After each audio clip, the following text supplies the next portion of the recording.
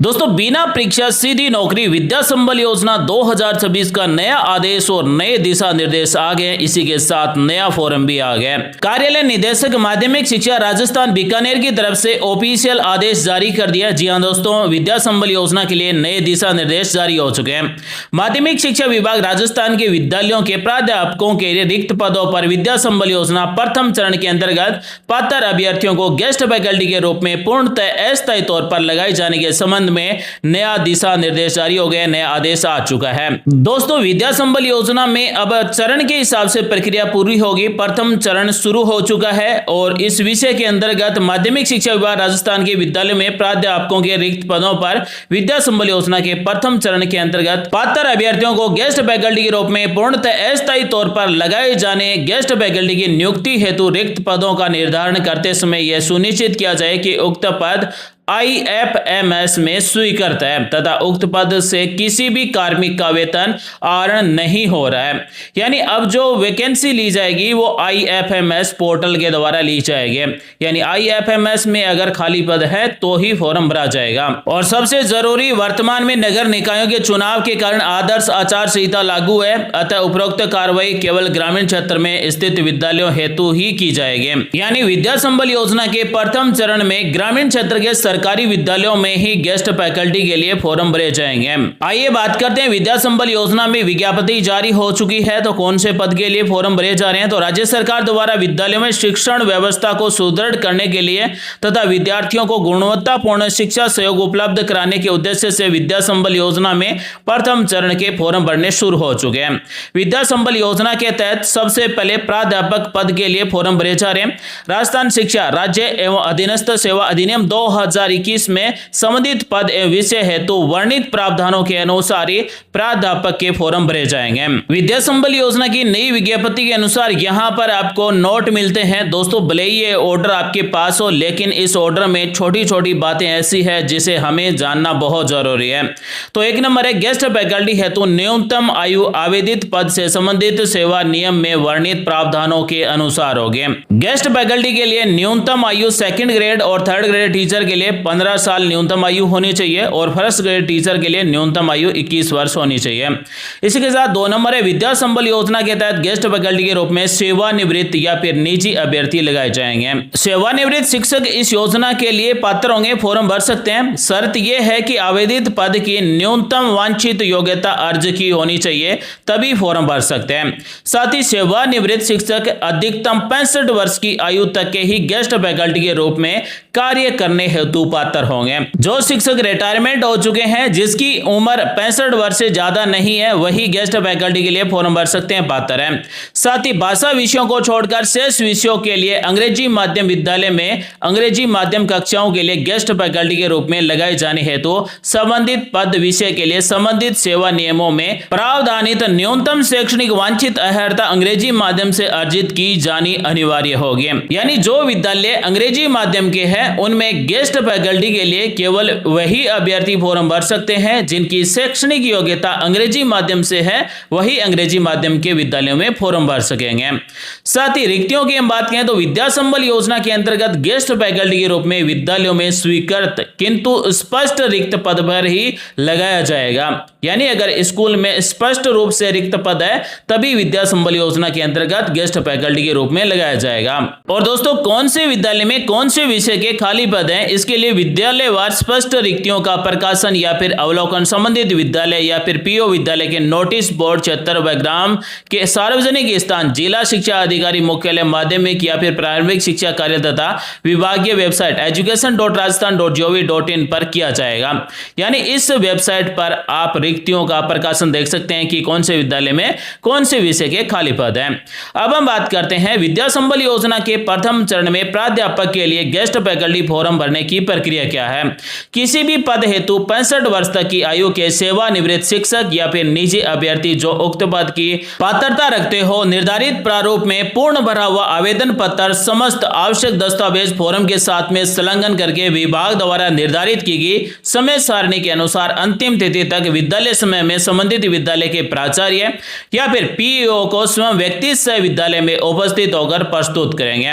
यानी विद्या संबल योजना प्राध्यापक गेस्ट फैकल्टी के लिए वही फॉर्म भर सकता है जिसकी उम्र अधिकतम 65 वर्ष तक है, यानी चाहे वो सेवानिवृत्त हो या फिर निजी अभ्यर्थी हो, अगर उसकी उम्र 65 वर्ष से कम है तभी फॉर्म भर सकता है। पूरा फॉर्म भरना है, फॉर्म के साथ में संबंधित दस्तावेज की फोटोकॉपी सेल्फ अटेस्टेड करके लगाना है। फॉर्म भरने के बाद में संबंधित विद्यालय के प्राचार्य या फिर पीओ को विद्यालय में जाकर जमा करवाना है। अब जानते हैं वरीयता का निर्धारण कैसे होगा। तो विद्या संबल योजना के तहत गेस्ट फैकल्टी लगाए जाने हेतु प्राप्त आवेदन पत्रों की जांच के उपरांत विद्यालयवार प्रकाशित किए गए रिक्त पदों हेतु पद एवं विषयवार वरीयता सूची का प्रकाशन संबंधित प्राचार्य या फिर पीओ द्वारा किया जाएगा। वरीयता सूची पद की वांछित न्यूनतम शैक्षणिक योग्यता के प्राप्तांकों का 75% व प्रशैक्षणिक योग्यता के प्राप्तांकों का 25% अंक बार जोड़कर किया जाएगा। यानी जो वरीयता सूची बनाई जाएगी वो न्यूनतम शैक्षणिक योग्यता के 75% और प्रशैक्षणिक योग्यता के 25% अंक जोड़कर वरीयता सूची तैयार की जाएगी। अब हम बात करते हैं जो सेवानिवृत्त कार्मिक होंगे, यानी जो रिटायर्ड टीचर होंगे, सेवानिवृत्त शिक्षक होंगे, उनको प्राथमिकता मिलेगी, वरीयता में उसे सबसे ऊपर रखा जाएगा। साथ ही सेवानिवृत्त कार्मिक का आवेदन उपलब्ध नहीं होने पर और मान लीजिए 2-3 अभ्यर्थियों के अंक समान है, यानी कि 1% का फर्क नहीं है 2-3 अभ्यर्थियों के अंक में, तो ऐसे में अभ्यर्थियों को वरीयता में कम आयु के निजी अभ्यर्थियों से ऊपर रखा जाएगा। यानी जिसकी उम्र ज्यादा होगी उसे वरीयता दी जाएगी। और गेस्ट फैकल्टी चयन हेतु किसी भी स्तर पर साक्षात्कार भी नहीं लिया जाएगा, यानी किसी प्रकार का कोई इंटरव्यू भी नहीं होगा। इसके साथ पात्रता अथवा वरीयता के संबंध में किसी भी तरह की प्रिवेदना आवेदक द्वारा संबंधित जिले के मुख्य जिला शिक्षा अधिकारी कार्यालय में 7 दिन में प्रस्तुत करनी होगी। जिला स्तर पर परिवेदना समिति नियमानुसार होगी। विद्या संबल योजना जिला स्तर परिवेदना समिति में सबसे पहले अध्यक्ष होंगे मुख्य जिला शिक्षा अधिकारी, उसके बाद में सदस्य होंगे जिला शिक्षा अधिकारी मुख्यालय माध्यमिक, उसके बाद में सदस्य होंगे संबंधित ब्लॉक का मुख्य ब्लॉक शिक्षा अधिकारी और जिला मुख्यालय का मुख्य ब्लॉक शिक्षा अधिकारी सदस्य सचिव है। अब बात करते हैं विद्या संबल योजना के तहत मानदेय कितना दिया जाएगा। यानी विद्या संबल योजना के तहत लगाए जाने वाले गेस्ट फैकल्टी को पदवार प्रति घंटा मानदेय नियमानुसार दिया जाएगा। तो प्राध्यापक विभिन्न विषय के कक्षा 11 से 12 तक प्रति घंटा मानदेय 400 रुपए दिया जाएगा। अधिकतम मासिक मानदेय 30,000 रुपए तक दिया जाएगा, यानी हर महीने अधिकतम 30,000 रुपए मिलेंगे और प्रति घंटा के 400 रुपए मिलेंगे। अब यहाँ पर दोस्तों बहुत सारे हमारे ऐसे अभ्यर्थी हैं जिनको ये नहीं पता है कि प्राध्यापक क्या है। तो दोस्तों आप सभी की जानकारी के लिए बताना चाहेंगे कि ये प्राध्यापक का मतलब है फर्स्ट ग्रेड टीचर, यानी स्कूल में फर्स्ट ग्रेड टीचर होता है और कॉलेज में होता है असिस्टेंट प्रोफेसर। तो दोस्तों विद्या संबल योजना के अंतर्गत प्रथम चरण में विद्यालयों में फॉर्म भरे जा रहे हैं। तो प्राध्यापक का मतलब है फर्स्ट ग्रेड टीचर जो कक्षा 11 और 12 के बच्चों को पढ़ाएगा, उसे हर घंटे का 400 रुपए दिया जाएगा। अब प्रति घंटा का मतलब है 60 सेकंड, यानी 60 सेकंड पढ़ाने के 400 रुपए दिए जाएंगे। दोस्तों विद्या संबल योजना के प्रथम चरण की प्रक्रिया पूरी होने के बाद में सेकंड चरण में यानी द्वितीय चरण में सेकंड ग्रेड टीचर और थर्ड ग्रेड टीचर के लिए फॉर्म भरे जाएंगे। यानी सेकंड ग्रेड और third grade teacher guest faculty के लिए फॉर्म भरे जाएंगे। चयनित अभ्यर्थी को गेस्ट फैकल्टी के पद पर लगाए जाने हेतु दिए गए प्रस्ताव पर 7 दिवस में सहमति प्रदान करनी होगी। प्राचार्य या फिर पीईओ द्वारा नियमित किए गए दिनांक व समय पर वे कार्य करने हेतु उपस्थित होंगे। अगर 7 दिन में उपस्थित नहीं होते हैं तो नेक्स्ट जो अभ्यर्थी होगा उसे लगाया जाएगा। निर्धारित अंतिम तिथि तक सहमति नहीं दिए जाने पर वरीयता सूची के आगामी क्रमांक के अभ्यर्थी को गेस्ट फैकल्टी के रूप में लगाया जा सकेगा। साथ ही गेस्ट फैकल्टी के रूप में सत्रांत 31/3/2027 तक अथवा नियमित प्रक्रिया से पद भरे जाने तक जो भी पहले हो तब तक के लिए पूर्णतः अस्थायी तौर पर लगाया जाएगा। और उक्त सेवाएं चूंकि गेस्ट फैकल्टी के रूप में पूर्णतः अस्थायी तौर पर ली जा रही है, अतः चयनित अभ्यर्थियों द्वारा गेस्ट फैकल्टी के तहत दी गई सेवाएं भविष्य में चयनित पद के लिए स्थायी राजकीय सेवा का आधार नहीं होगी और चयनित अभ्यर्थी द्वारा आधार पर राजकीय सेवा में स्थायी करने हेतु मांग भी नहीं की जा सकेगी। उदाहरण के लिए मान लीजिए विद्या संबल योजना में फर्स्ट ग्रेड टीचर का आपका गेस्ट फैकल्टी के लिए चयन हो जाता है, उसके बाद बाद में मान लीजिए अगर आप सरकारी भर्ती में फॉर्म भरते हैं और सेकंड ग्रेड में आपका सिलेक्शन हो जाता है, तो उसके बाद में आप फर्स्ट ग्रेड के लिए नियमित करने के लिए मांग नहीं कर सकते हैं। आपको नौकरी केवल सेकंड ग्रेड की ही मिलेगी। इसके लिए यहाँ पर यह दिया गया है। साथ ही गेस्ट फैकल्टी के रूप में लगाए गए निजी अभ्यर्थियों या फिर सेवानिवृत्त शिक्षकों को उन्हें दिशा निर्देशों के अधीन रखा जाएगा जो वित्त विभाग के परिपत्र दिनांक 30/3/2021 में वर्णित है। दोस्तों अब बात करते हैं विद्या संबल योजना प्रथम चरण इंपोर्टेंट डेट के बारे में। गेस्ट फैकल्टी के कार्य का नियमित अवलोकन प्राचार्य या फिर पीओ द्वारा किया जाएगा। साथ ही निम्न कार्य कुशलता, दुराचरण, अनियमितता या फिर कार्य में अनुपस्थिति की दशा में प्राचार्य या फिर पीओ द्वारा बिना कारण बताए गेस्ट फैकल्टी के रूप में विमुक्त कर दिया जाएगा। दोस्तों अब बात करते हैं विद्या संबल योजना के प्रथम चरण में गेस्ट फैकल्टी प्राध्यापक के लिए समय सारणी के। जी हां दोस्तों, नगरीय निकाय क्षेत्र के विद्यालयों को छोड़कर, यानी नगरीय क्षेत्र के सभी विद्यालयों को छोड़कर जो बाकी बचे ग्रामीण क्षेत्र के विद्यालय हैं, उन्हीं में प्रथम चरण में गेस्ट फैकल्टी प्राध्यापक के फॉर्म भरे जा रहे हैं। अब हम तारीख की बात करें तो पीओ विद्यालय स्तर चयन समिति का गठन होगा 27/8/2026 को हो चुका है। पीओ विद्यालय स्तर पर विज्ञप्ति एवं रिक्तियों का प्रकाशन प्राध्यापक पद के लिए 31/8/2026 तक किया जाएगा।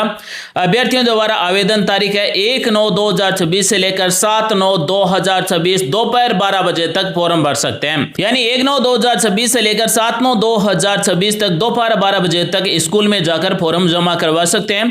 प्राप्त आवेदनों की सूची प्रकाशित की जाएगी पीओ स्तर पर 8/9/2026 को। साय 4 बजे तक लिस्ट लगाई जाएगी कि कितने फॉर्म भरे गए हैं। उसके बाद में 5 नंबर है पीओ विद्यालय स्तरीय चयन समिति द्वारा आवेदन पत्रों की जांच करेगा। अभ्यर्थियों की वरीयता सूची अस्थायी तौर पर जारी करेगा और अस्थायी वरीयता सूची में आपत्तियां मांगेगा। 9/9/2026 से लेकर 10/9/2026 दोपहर 2 बजे तक आपत्तियां ली जाएंगे। उसके बाद में 6 नंबर में अभ्यर्थियां आपत्तियों के निस्तारण पश्चात अंतिम एवं स्थायी वरीयता सूची जारी की जाएगी। स्थायी वरीयता सूची के आधार पर प्रत्येक रिक्त पद के विरुद्ध 3 अभ्यर्थियों का चयन कर चयन सूची तैयार की जाएगी। यानी हर पद के लिए 3 अभ्यर्थियों का चयन किया जाएगा और अंतिम स्थायी सूची है वो 11/9/2026 को साय 6 बजे तक जारी की जाएगी। 7 नंबर है पीओ विद्यालयों द्वारा चयनित अभ्यर्थियों के आवेदन पत्र एवं चयन सूची संबंधित मुख्य ब्लॉक शिक्षा अधिकारी कार्यालय में पहुंचा दी जाएगी 12/9/2026 दोपहर 12 बजे तक। नेक्स्ट 8 नंबर मुख्य ब्लॉक शिक्षा अधिकारी कार्यालयों द्वारा चयनित अभ्यर्थियों के आवेदन पत्र एवं चयन सूची संबंधित मुख्य जिला शिक्षा अधिकारी कार्यालय में पहुंचाई जाएगी 14/9/2026 दोपहर 12 बजे तक। उसके बाद में 9 नंबर में जिला स्तरीय कमेटी द्वारा चयन सूची अनुमोदन तिथि है 15/9/2026 साय 5 बजे तक। उसके बाद में आदेश जारी किया जाएगा 15/9/2026 रात्रि 12 बजे तक। तो 1/9/2026 से 7/9/2026 तक फॉर्म भरे जाएंगे। फाइनल सूची 11/9/2026 को जारी की जाएगी और फाइनल ऑर्डर 15/9/2026 रात्रि 12 बजे तक जारी किया जाएगा। साथ ही इस कार्यक्रम एवं समय सारणी इंडिकेट है, संबंधित मुख्य जिला शिक्षा अधिकारी इसमें परिवर्तन कर सकते हैं, यानी तारीखों में बदलाव किया जा सकता है। अब बात करते हैं विद्या संबल योजना के प्रथम चरण में प्राध्यापक का फॉर्म कौन सा भरा जाएगा, यानी किस तरह का फॉर्म भरना होगा। तो दोस्तों ये है आवेदन प्रारूप। सबसे पहले जो भी आवेदक है उसकी कलर पासपोर्ट साइज की फोटो यहाँ पर चिपकाना है। जो भी फॉर्म भर रहा है उसका नाम, पिता का नाम, कौन से विद्यालय में फॉर्म भर रहा है उस विद्यालय का नाम, कौन से पद के लिए फॉर्म भर रहा है तो पद का नाम और विषय का भी नाम लिखना होगा। उसके बाद में आवेदन प्रस्तुत करने की तारीख, यानी किस दिन आप फॉर्म भर रहे हैं, किस दिन आप स्कूल में फॉर्म जमा करवा रहे हैं उस दिन की तारीख लिखना है। जन्म तारीख क्या है वो लिखना है। उसके बाद में 7 नंबर से यहाँ पर अब शैक्षणिक योग्यता से संबंधित भरना है।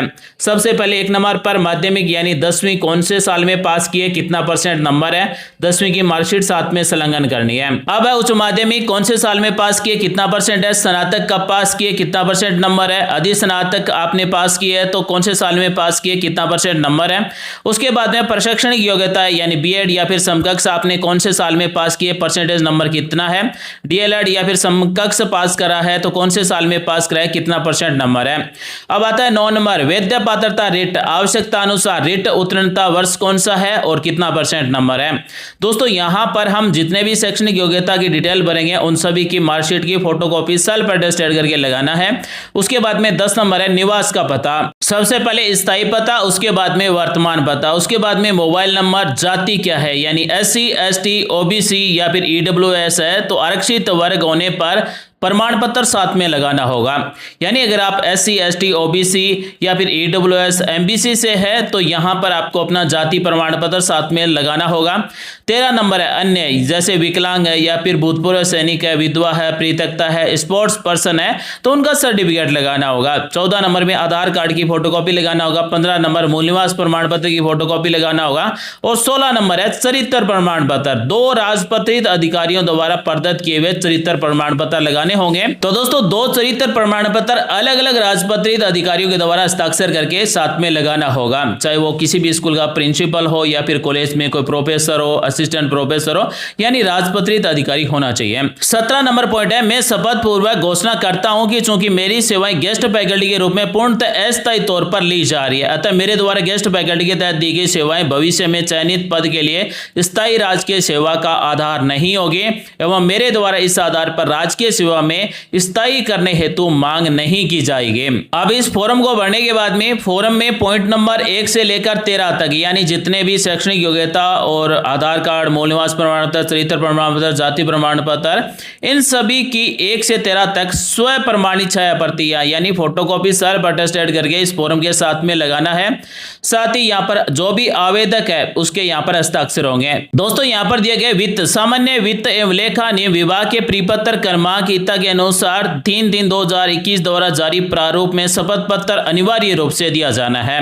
तो ये शपथ पत्र कौन सा है वो भी आप देख लीजिए, इस फॉर्म के साथ में आपको देना होगा। तो इस शपथ पत्र में नाम लिख देना है, पिता का नाम लिख देना है और जिस भी संस्था स्कूल में आप ये फॉर्म जमा करवा रहे हैं उसका नाम लिखेंगे। उसके बाद में दिनांक को गेस्ट फैकल्टी के रूप में अपनी उपस्थिति दे रहा हूं या फिर दे रही हूं। वैसे तो देखा जाए तो ये सिलेक्ट होने के बाद में भरा जाता है, लेकिन आपको फॉर्म के साथ में लगा देना है क्योंकि सिलेक्ट होने के बाद में आपको ये शपथ पत्र भरना होगा। अब आता है 2 नंबर पेज। यहाँ पर जितने भी पॉइंट दिए गए हैं ये सभी आपको पढ़ लेना है, इनको समझ लेना है। उसके बाद में जो भी फॉर्म भरा शपथ ग्रहीता है उसके हस्ताक्षर होंगे। उसके बाद में सत्यापन में मैं शपथ पूर्वक बयान करता हूँ 1 से 14 तक पॉइंट दिए गए हैं, शपथ ग्रहीता के हस्ताक्षर करके फॉर्म जमा करवा देना है। तो दोस्तों विद्या संबल योजना का फॉर्म भरकर सभी डॉक्यूमेंट साथ में लगाकर 1/9/2026 से लेकर 7/9/2026 तक स्कूल प्राचार्य को जमा करवा देना है। उम्मीद करते हैं जानकारी अच्छी लगी होगी। मिलते हैं अगले वीडियो में नई जानकारी के साथ। आप सभी का दिन शुभ हो। जय हिंद, वंदे मातरम।